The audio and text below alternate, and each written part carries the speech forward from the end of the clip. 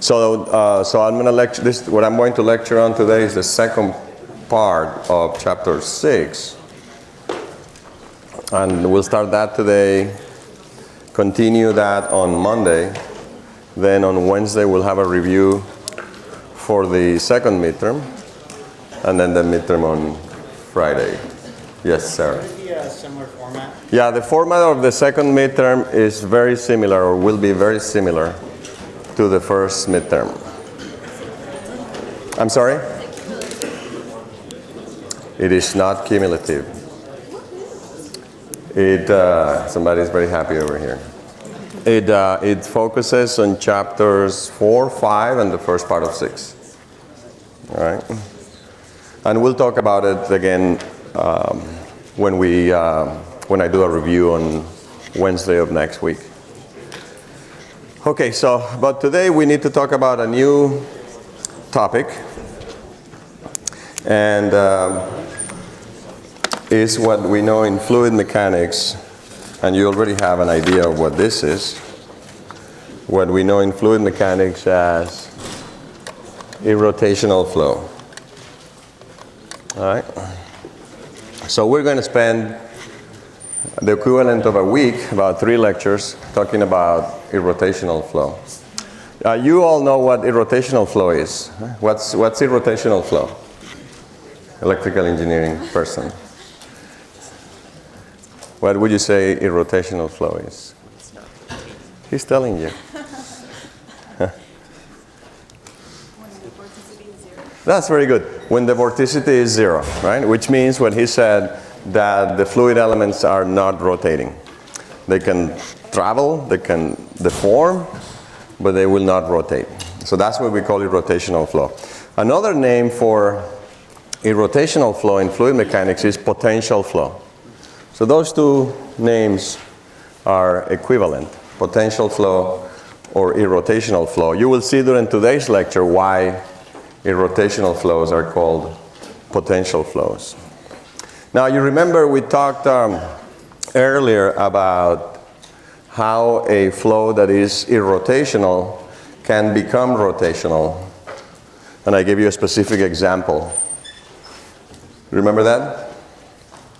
I have an irrotational flow. How can it become rotational? When it hits an obstruction. If it passes by a wall, right? Because at the wall we have a no-slip condition that changes the velocity profile in the fluid because it has to satisfy no slip on that boundary. And typically that means that those fluid elements that are near the boundary will rotate. And that rotation is actually then transmitted to the rest of the flow by diffusion, by viscous diffusion. That vorticity that is generated near the wall travels out into other parts of the flow. So one way to ensure that a flow will be irrotational in a theoretical sense would be to put its viscosity to 0. Because if the viscosity is 0, then you eliminate that situation where if the flow approaches a wall, it will have to satisfy no slip. With no viscosity, there is no slip to be satisfied. Of course, that's a theoretical limit. However, a flow can be rotational for other reasons. The introduction of vorticity into a fluid by a wall, say, is just one way. There are other ways that a fluid can become rotational. It could even be rotational even before it approaches that wall, so it's already rotational to begin with. So one way is to eliminate viscosity, and therefore, for that reason, many people associate an inviscid flow to an irrotational flow. However, keep in mind that you could have 0 viscosity and still have rotation, still have vorticity. But so when we say rotational flow, like you well said a moment ago, the condition is that the vorticity has to be 0. That defines irrotational flow. Fluid elements do not rotate. And if we go back and look at our example of a few times, for example, the flow field when a fluid flow passes by an airfoil. Let's say that this fluid is approaching with a uniform flow. So ahead of the airfoil, the velocity profile is uniform. There is no rotation, there is no vorticity. We know that as the fluid goes past the wall, in this case the airfoil, there will be vorticity introduced near the wall. The concept I was just reviewing. So there will be a region near the surface of the airfoil where the flow field becomes rotational. And that's what I shaded there. And I told you that that vorticity will typically then be diffused away. But there are situations in which that vorticity doesn't, at least significant values of that rotation, of that vorticity, don't get diffused very far away. And we can speak properly of a region of the flow that is rotational near the airfoil, the one that is shaded, that region there is vorticity, and some region farther away from the object where the flow is really mostly rotational, or if there is any vorticity, is very, very small. And so that's a reason to study potential flows, because even though real fluids have viscosity and there will be vorticity generated when the fluid goes past the wall, there can still be a region. In fact, in many problems it's a very large region, because most of the flow away from the airfoil in this case is irrotational. So we look at irrotational flows. And so we can look at what's happening away from the wall in a rotational flow, and then maybe later come back and see what's going on near the wall where the vorticity exists. So that's what essentially is written in this box, right? Many flows that are rotational and irrotational regions.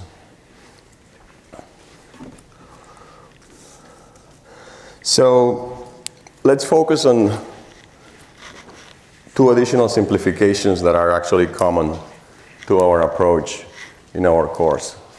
To make our life easier, at least at the beginning, consider that the flows that we're looking at are steady and also constant density.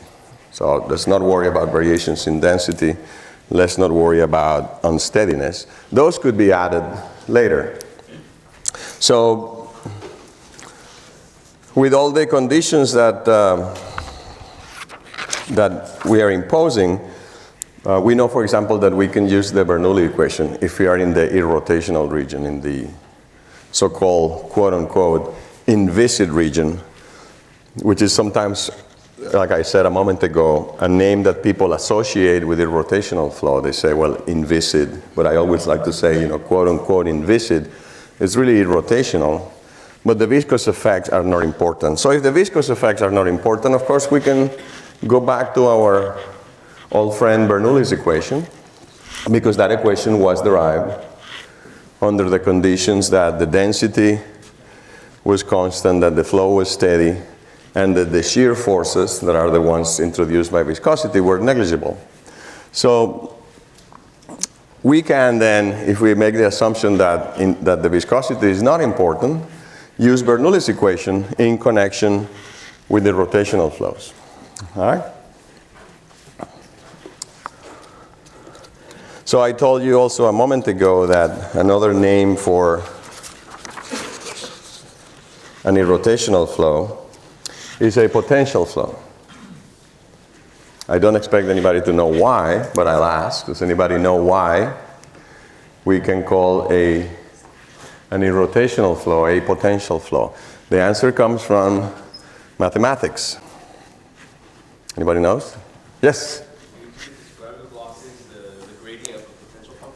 That is correct. How do you know that?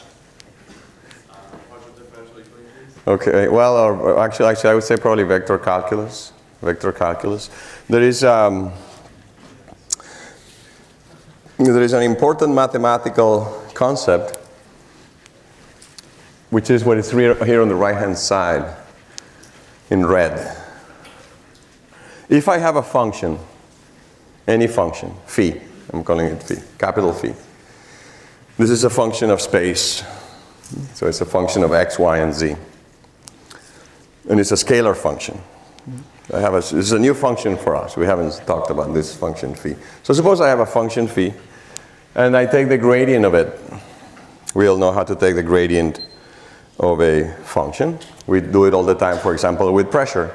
We take the gradient of pressure, which is a scalar function, to find the pressure forces per unit volume, right? The negative of the gradient of the pressure is the force per unit volume due to the pressure field. So if I do that, but then after I take the gradient, I now take the curl, that's always going to be 0. So this is a mathematical identity. The curl of a gradient is always 0. So if you then compare, let's block this for a moment, what we have here in the box with what I have on the right in red. If the curl of velocity is 0, and I know that the curl of a potential of a function phi is 0, then I can simply say that that implies what is written in the box in the second line, that then the velocity must be the gradient of some function phi to be determined, and that is what we call in mathematics a potential. You know, when you have a quantity that is equal to the gradient of some other field, that's a potential. So that's why this function phi that appears here is called the velocity potential.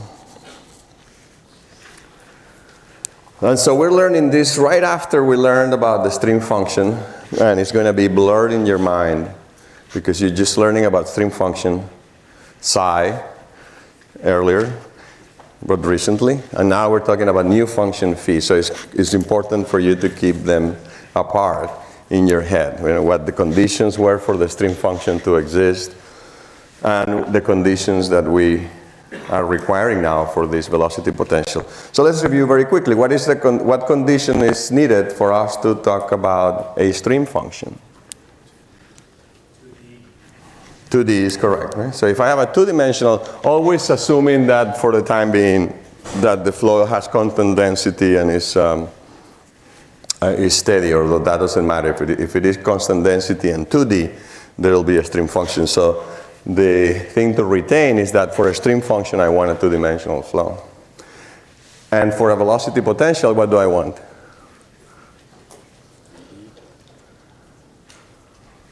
No. What condition do we require? Is there? What? Irrotational. Right? So the flow has to be irrotational. If the flow is irrotational, I can speak of a velocity potential because that's what's written there. If the flow is 2D, I can speak of a stream function. Right? Do I require that the flow be 2D for a velocity potential? No, it never comes up into this discussion. Only condition is that the flow be irrotational. All right, so since we're sticking to the constant density situation, then we know that our conservation of mass equation, or the continuity equation, reduces to that. The divergence of velocity is 0 is the equation of conservation of mass, or the continuity equation, when a fluid has constant density. And of course, always remember that that means that the volume of the fluid element is constant. Right? That's what divergence of V represents. Divergence of V is the change in time, or the dilation rate of the volume of the fluid element. So if that is 0, that means that the volume of a fluid element is constant even if it deforms. So let's combine then what we have. So on the one hand, we're saying that the velocity is the gradient of a potential function phi. And now we're saying that if the fluid has constant density, then the divergence of V must be 0. So if I just take this expression for the velocity and plug it in there, I get that. I get that the divergence of the gradient of phi must be 0. And so here's another question for you math experts. What is the divergence of the gradient? Same math expert, maybe. Huh? He can see it right there. I need to come up with thicker white paper. So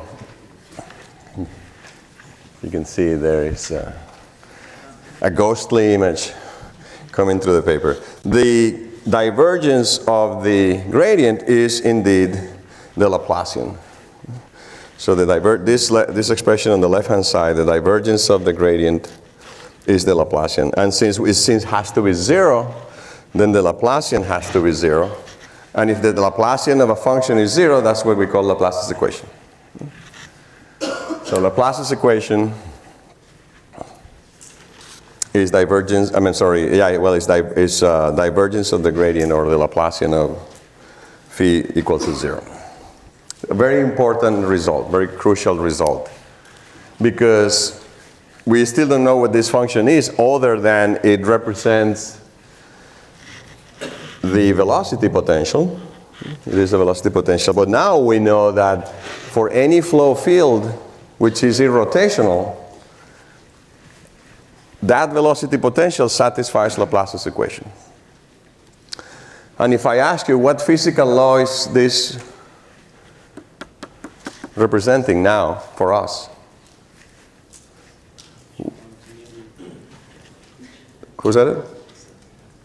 I heard from here a voice of truth. The continuity equation, right? That's the continuity equation. So the Laplace equation for phi is the continuity equation, or the conservation of mass for a potential flow, because this came from here. Laplacian of phi equals 0 came from divergence of v equals 0, which was our continuity equation. So yet one more thing to remember or to think about, that the Laplace equation for phi being equal to 0 represents conservation of mass. Okay, so a bunch of new ideas. Any questions? Back there? Nobody? Okay. Now, you remember what the Laplace equation looks like in Cartesian coordinates, I hope. Maybe what I'll do is I'll take 2 pages, right? So you cannot see through. So, in Cartesian coordinates, I think we already talked about the Laplacian in Cartesian, but there it is again. The Laplace equation simply involves the second derivatives in each of the coordinate directions added up. So the Laplacian of phi is second derivative of phi with respect to x squared plus an equivalent term in y and an equivalent term in z. That's the Laplace equation. So that has to be equal to 0. Remember the gradient, since v is the gradient of phi, we already know what the gradient of phi is because we have already seen the gradient of pressure, so this is just the gradient of phi. Is now the first derivative of phi with respect to x in I plus equivalent terms in j and k. Of course, this is a vector because velocity is a vector. So this equation is just giving me the components of the velocity. This will be the u velocity, this will be the v velocity, and this will be the w velocity. Simply by comparing. And again, we just learned about the stream function, so you already have in your mind some connection between derivatives of the stream function and u and v, which is similar to this, but it's not the same thing.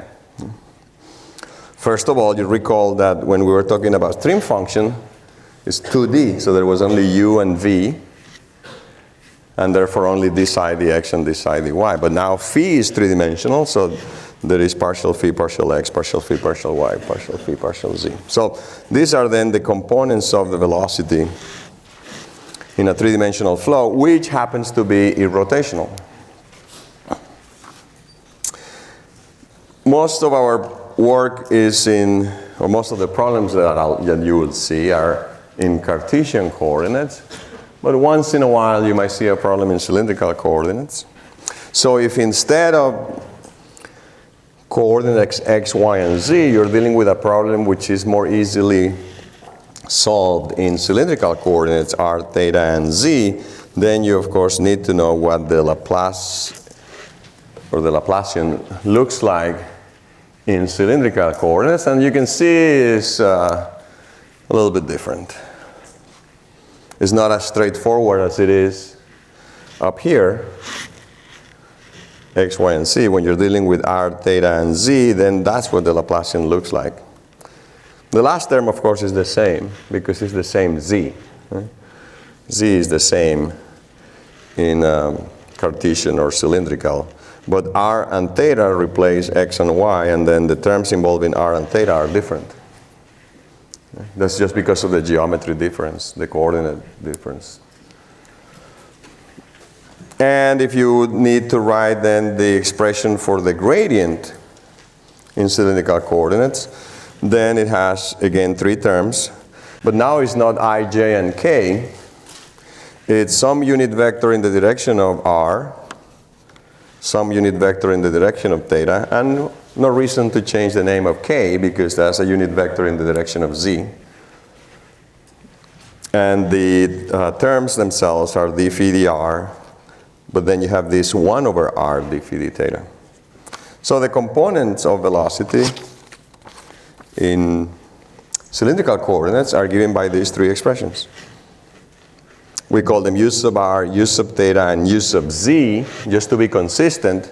But u sub z is w, because the z direction, again, is the same. So, you can contrast this one here at the bottom, which is the cylindrical version, with this one here, which is the Cartesian version. But you have the 2, one for Cartesian and one for cylindrical. All right, any questions? So then now comes the time to see, well, what about psi? What about the stream function that we were talking about last time? So what we do is we think of, is there a connection between the 2, perhaps? Is it possible that there is a relationship between phi and psi? Knowing fully well that they come from different parts of the story, right? Psi came about because if you're dealing with a with a two-dimensional flow, you can introduce psi. And we just learned that phi appears if we are talking about any three-dimensional flow as long as it is irrotational. So that's one difference. Right? I mentioned it already earlier. Right? Psi was for 2D flows. Phi could be a 3D flow. There is no restriction. Of course, there is a restriction. Let's keep on talking about flows that have constant density for now. And so here are the requirements that we already stated. Psi requires 2D. Phi requires irrotation. If I want to use both psi and phi, obviously I must impose both conditions. So if I want to use psi and phi, I must have a two-dimensional flow which is also irrotational. That is the only way that you could make use of both concepts, the concept of psi and the concept of phi.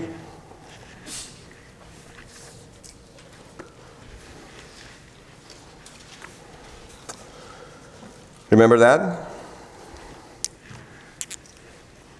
Those were the expressions that relate the velocity components u and v to psi from a couple of lectures ago. D psi dy was u, and negative d psi dx was v. But now since we're saying, that's because we're imposing the condition that the flow be 2D. But if we also say that the flow is irrotational, we have that, right? The flow is irrotational, the curl of V must be 0. Since the flow is 2D, how many components does the curl have? Since the flow is 2D, how many components? Just one. In which direction? In K. So, and what is that component? It's right there. dv dx minus du dy is the component of the curl in the K direction. So if the vorticity is 0, that must be 0. All right. What if we just take now those expressions that came from the definition of the stream function, u and v, and plug them into this expression right here for the curl. So partial v partial x becomes partial x of minus d psi dx. And then minus partial of u with respect to y becomes partial with respect to y of d psi dy. Okay? So I just put that, the expressions for the velocity components, I put them into the expression for the curl. And what happens? What does that result in? This expression right there. Huh? The del squared psi. So, first of all, both terms have negative sign, right? So I can just make them all positive because it's equal to 0. So I just have positive terms. And what is the first term going to be? Second derivative, right? Because I'm taking the second, I already have a derivative, I'm taking another one. Second derivative of psi with respect to x squared. So it's the second derivative of psi with respect to x squared. And what about the second one? Second derivative of psi with respect to y squared. So that's this. Right?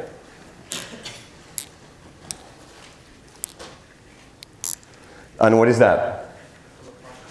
The Laplace equation in 2D. Right? This is the Laplace equation in 2D. So I'm sure all these new ideas, become even more blurred in your head because now here's Laplace's equation again. We saw Laplace's equation a couple of pages ago. For what? But for what function? For phi, right? For the velocity potential. Now, and that was in 3D. But now we're coming up with Laplace's equation, not for phi, but for psi, and in 2D. But of course, we have imposed that the flow be 2D. Otherwise, we couldn't have a stream function. So really, I have that. Right? I just came up with the Laplacian of psi in 2D has to be 0. And because the flow is irrotational, there is a velocity potential. And I also showed a moment ago that the Laplacian of phi must be 0. So this is that Laplacian of phi, but now it's only in 2D. Because I don't need the 3D component anymore. So, well, that's interesting. With the conditions that we have imposed on the flow field, that I'm hoping you're asking in your head, what were those conditions? We come up with the fact that both functions, psi and phi, satisfy the Laplace equation. So let's review very quickly. What is the physical meaning of this one? Conservation of mass, right? That came from conservation of mass. Where did this come from? Irrotational flow. The conditions again were the flow is 2D, it's irrotational, and we also said we were going to concentrate on constant density. So the condition of irrotationality generates Laplace's equation for psi.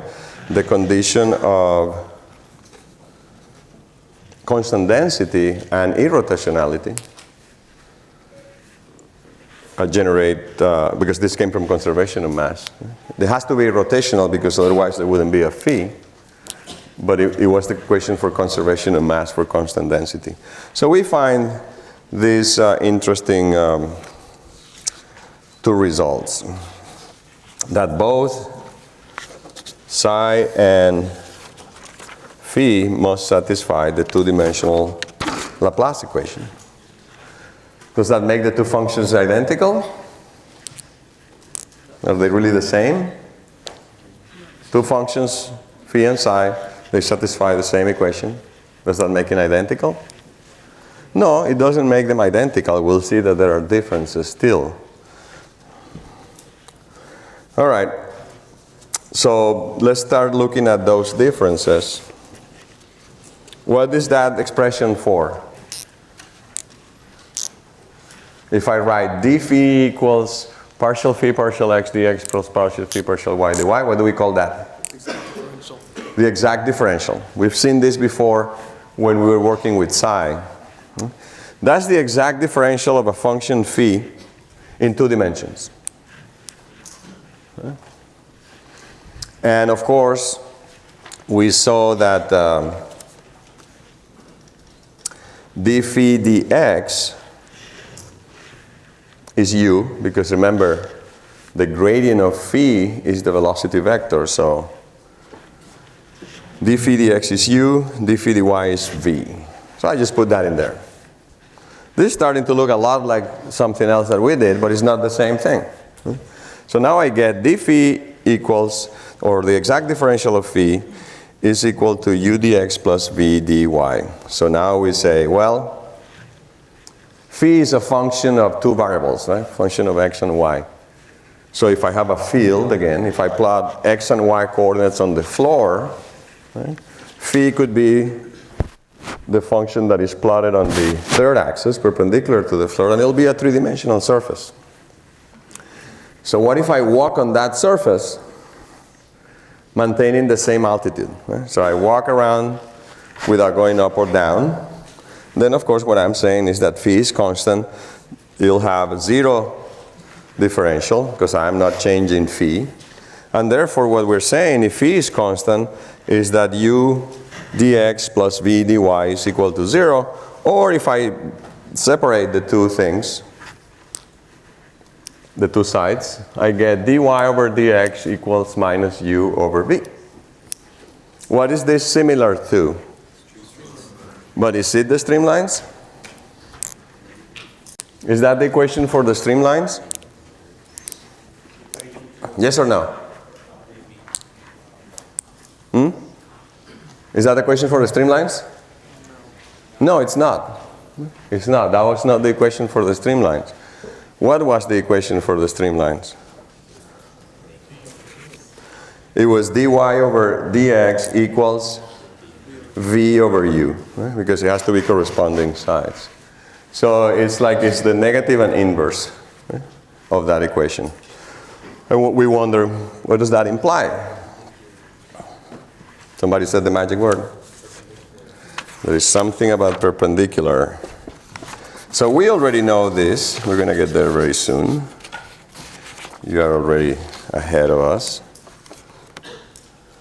For psi, right, if I walk a line of constant psi, right, I get the streamlines.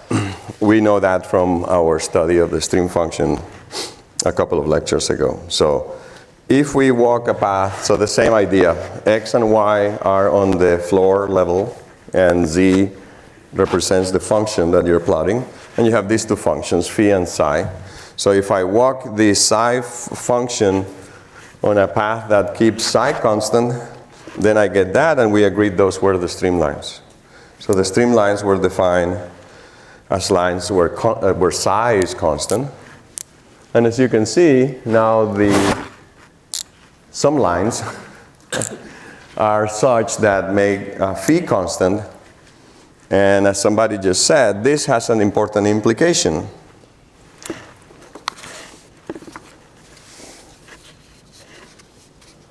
Okay, so dy over dx, this is repeating from the previous page, is minus u over v constant phi lines. So the constant psi lines are dy over dx equals v over u. The constant phi lines are dy dx equals minus u over v. As somebody just said, that will have an implication on these two families of lines being perpendicular to each other. So we already know that the constant psi lines are the streamlines. I really meant this to be two different colors, but it came out pretty much the same because I used blue and green. Can you tell them apart? I should have used blue and red, for example. But you can tell which ones are the streamlines, of course, are the green ones that follow the typical streamline pattern around an airfoil. and then the constant phi lines, which are called equipotential lines, right? Because that's where phi is constant, and phi is the potential, are perpendicular to the psi lines. So they form this grid pattern in any flow field where the lines intersect at right angles. So the streamlines intersect at right angles with the lines of constant potential, the equipotential lines. This is, of course, a very useful tool to solve fluid mechanics problems. Because now we just have another function that we can use. We not only have the stream function, but we also have this velocity potential. Okay, so that is pretty much all of the important concepts. I know they seem like a lot of new ones. So maybe we can look at an example. But let's see, let me make sure if anybody has a question about any of these developments involving, essentially what we have done is introduce this new function, velocity potential for an irrotational flow.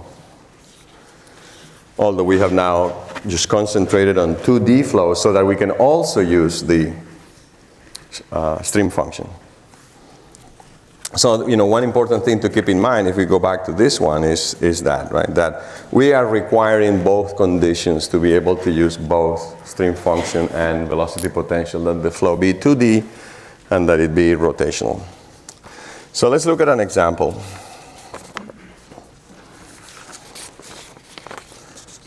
This time somebody gives us, or we are given, a function phi, of course A velocity potential, A over 2, A is a constant, parenthesis x squared minus y squared. This is our velocity potential given to us. Realize that we could do all of the same things that we did before. So I could ask you, well, let's make sure this is irrotational, for example. We know that this should be, because otherwise this couldn't be, I could give you any function and say, I'm going to call this function phi, right? And ask you, could this function phi be a velocity potential?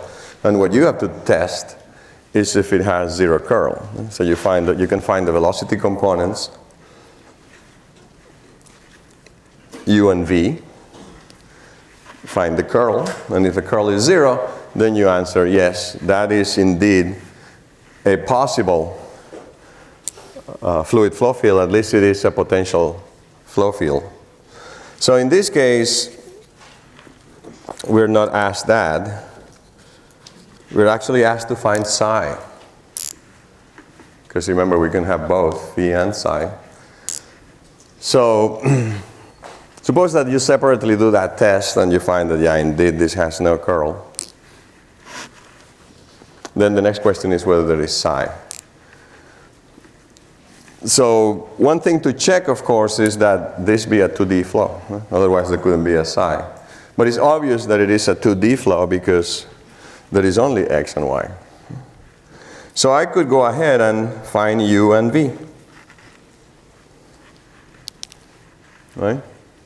Straightforward from the definition of the potential. The velocity vector is the gradient of phi, and the components of the gradient are d phi dx and d phi dy. So I find that. I could write there a check about the curl. Because what is the curl?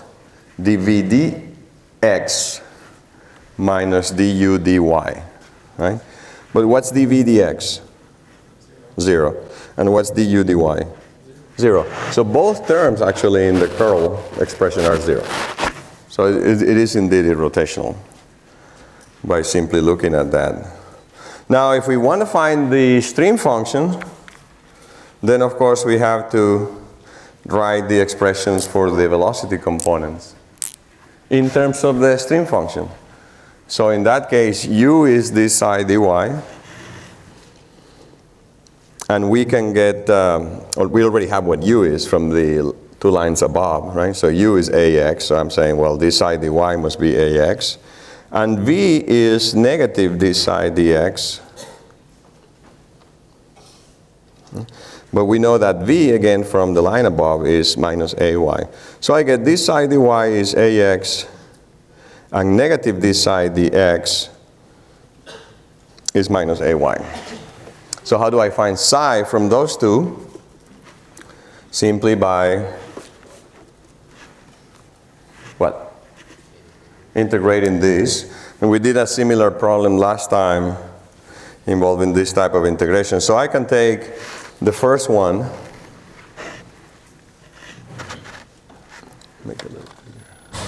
I can take the first one. This side dy is ax, and integrate it. So this would integrate to axy. Plus, remember, not a constant, because we're dealing with two-dimensional functions. So some function of x. So I find psi is axy plus some function of x. And how do I find that function of x? Well, I can just now differentiate. What I just obtained, I can differentiate it with respect to x. So if I take this expression for psi, axy plus f of x, and differentiate it with respect to x, I get ay positive plus the derivative of this unknown function f of x, and I'm calling f prime of x.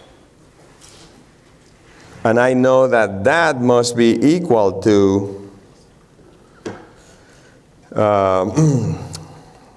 this is this, right? So this must be equal to minus v, right? This must be equal to minus v. So that's ay. That's why you see an ay there. Minus v, so minus minus becomes plus. So I find then that the f prime of x is ay, right? Now, why am I saying here that f prime of x is 0? I think that is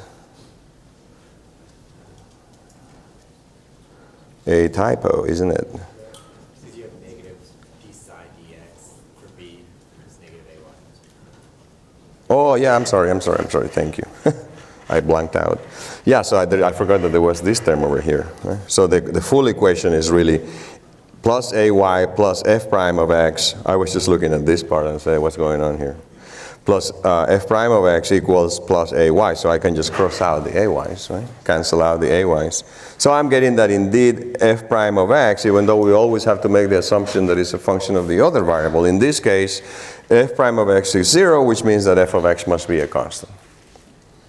So the function psi is that. Axy plus a constant. A was the same constant that appeared in the original expression, so presumably that's a given. You don't see that anymore, but I'll move it up again in a moment. But it was right there at the top. The A came from there. So we're getting this. And that's our psi. Psi is axy plus c. Now, even though I kept this constant here, this constant is really irrelevant. That constant c that sometimes appears in a stream function is irrelevant, whatever the value of that constant is. Why is that this constant is irrelevant? There's different streamlines. The different streamlines. No, not really. You normally only care about the derivative of That is correct. Because remember, what we want is u and v. What we really care about is the velocity field. And the velocity field is partial derivatives of psi with respect to x and y. So when you find the velocity field, it doesn't matter what constant this is. It could be 1, 0, 10, 100, minus 10. When you differentiate, it's gone. So essentially what that constant does is it moves the stream function up and down uniformly, but it doesn't do anything to the velocity field. So suppose that I say, well, now plot the streamlines. What do the streamlines? Yes? If that wasn't a constant, if it was a function, then would it be important? Then it would be important, right? So if for whatever reason, because the function is more difficult, when you do this portion of the solution, you find that that this is not a constant but a function of x or y, then of course it matters, right? But there will always be a constant, right? Because if it's a function of x and y, it would be a function of x or y plus a constant. So whatever constant you're left with at the end doesn't matter. So, so what do these streamlines look like here? Well, we know that they are lines of constant psi. There are always two ways you can find the streamlines. Now, you can find the streamlines directly from the expression for the streamlines, right? Say, for example, dx over u equals dy over v. Or you can just plot lines of constant psi. Okay, so if I plot lines of constant psi, those are my streamlines. So in this case, I kept the constant, but you can see obviously that it doesn't matter, right? So if I plot lines of constant psi, I would have axy plus c must be equal to some other constant. So I can always absorb this constant c that came out of the integration into this new constant.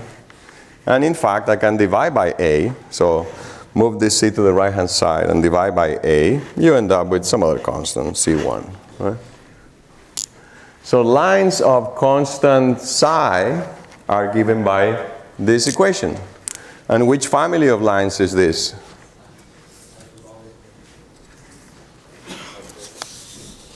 They look like that. Yeah. So those lines, including the x and y axis, those are also. Which value does the constant c1 must have for me to get the x or y axis?